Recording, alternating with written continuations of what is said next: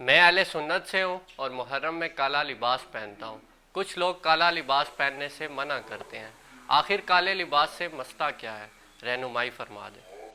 دیکھیں، ہم مسلمان ہیں اور ہم اپنے کھانے پینے اوڑھنے بچھونے میں شریعت کے پابند ہیں۔ جو اللہ اور رسول نے ہمارے لیے پسند کیے ہم انہی کی پسند کو پسند کرنے کے پابند ہیں، اور جو چیزیں اللہ رسول نے ہمارے لیے ناپسند کی ہیں ان کو ہم ناپسند کرنے کے پابند ہیں۔ نبی پاک صلی اللہ علیہ وسلم کو سفید لباس سب سے زیادہ پسند تھا، اور آپ سب سے زیادہ سفید لباس کو زیب تن کرتے، تاہم سیاہ رنگ کی چادر، سیاہ رنگ کا امامہ، یہ چیزیں باقاعدہ رسول اللہ صلی اللہ علیہ وسلم سے پہننا ثابت ہیں۔ نہ صرف یہ کہ رسول اللہ سے ثابت ہیں، بلکہ خود آل بیت اطہار کے افراد سے بھی سیاہ رنگ کا لباس بھی ثابت ہے، سیاہ رنگ کے چادریں بھی ثابت ہیں، خود صحابہ کرام سے یہ ساری چیزیں جو ثابت ہیں۔ یہاں ایک بات ذہن میں رکھیں گے کہ بہت ساری چیزیں بعض اوقات بذات وہ مباح اور جائز ہوتی ہیں، لیکن کچھ خارجی امور یا بعض ایسی علتیں اس کے ساتھ ایسی متعلق ہو جاتی ہیں کہ جن کی وجہ سے وہ جائز کام ناجائز ہو جاتا ہے، اس کو منع کر دیا جاتا ہے۔ اور یہ ممانعت بعض اوقات تو ہمیشہ کے لیے ہو جاتی ہے، اور بعض اوقات کسی علت کی وجہ سے اگر وہ ممانعت ہو تو جب تک وہ علت پائی جاتی ہے وہ ممانعت رہتی ہے، اور جب علت ختم ہو جائے گی وہ ممانعت بھی ختم ہو جائے گی۔ تو کالا لباس بذات پہننا اس میں کوئی ممانعت نہیں ہے، شریعت نے اس کو کوئی جو ہے نا وہ منع نہیں کیا۔ لیکن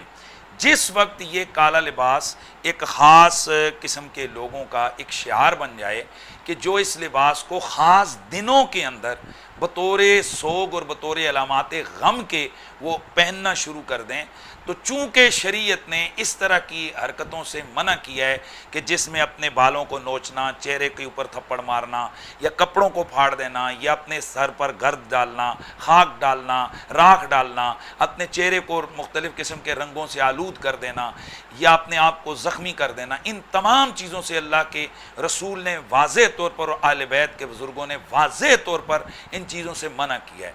اور یہ چیزیں جب منع ہو کر ایک خاص قوم کا شعار ہو گئیں کہ وہ خاص دنوں کے اندر وہ اپنا سیاہ رنگ کا لباس وہ ایک خاص علامت کے طور پر پہنتے ہیں، تو پھر ایسی صورت میں تشبہ سے بچنا یہ شریعت کے اندر ہمیں حکم ہے کہ حضور نے فرمایا من تشبہ بقوم فہو منہ، جو بندہ کسی قوم کی مشابہت اختیار کرے گا وہ انہی میں سے ہوگا۔ لہٰذا یہی بات ہے کہ عورتوں کو مردوں کے تشبہ سے اللہ کے نبی نے منع کیا، مردوں کو عورتوں کے تشبہ سے منع کیا۔ واضح طور پر موجود ہے کہ اللہ کے نبی نے لعنت تک فرمائی ہے ایسی عورتوں پر جو مردوں کی مشابہت اختیار کر رہی ہوں، اور ایسے مردوں پر جو عورتوں کی مشابہت اختیار کر رہے ہوں۔ تو جب نارملی ایک جنس کی دوسرے جنس سے مشابہت اختیار کرنا اتنا ممنوع ہے، تو اسی طرح اگر وہ کام کہ جو صراحتاً حرمت کے اوپر منتج ہوتا ہے کہ جس کے اندر اظہار سوگ کے لیے آپ کالے کپڑے پہنے یہ اس طرح، تو اس سے شریعت نے منع کی ہے، اور یہ خاص طبقے کا ایک یہ علامت آ گئی ہے۔ لہٰذا اب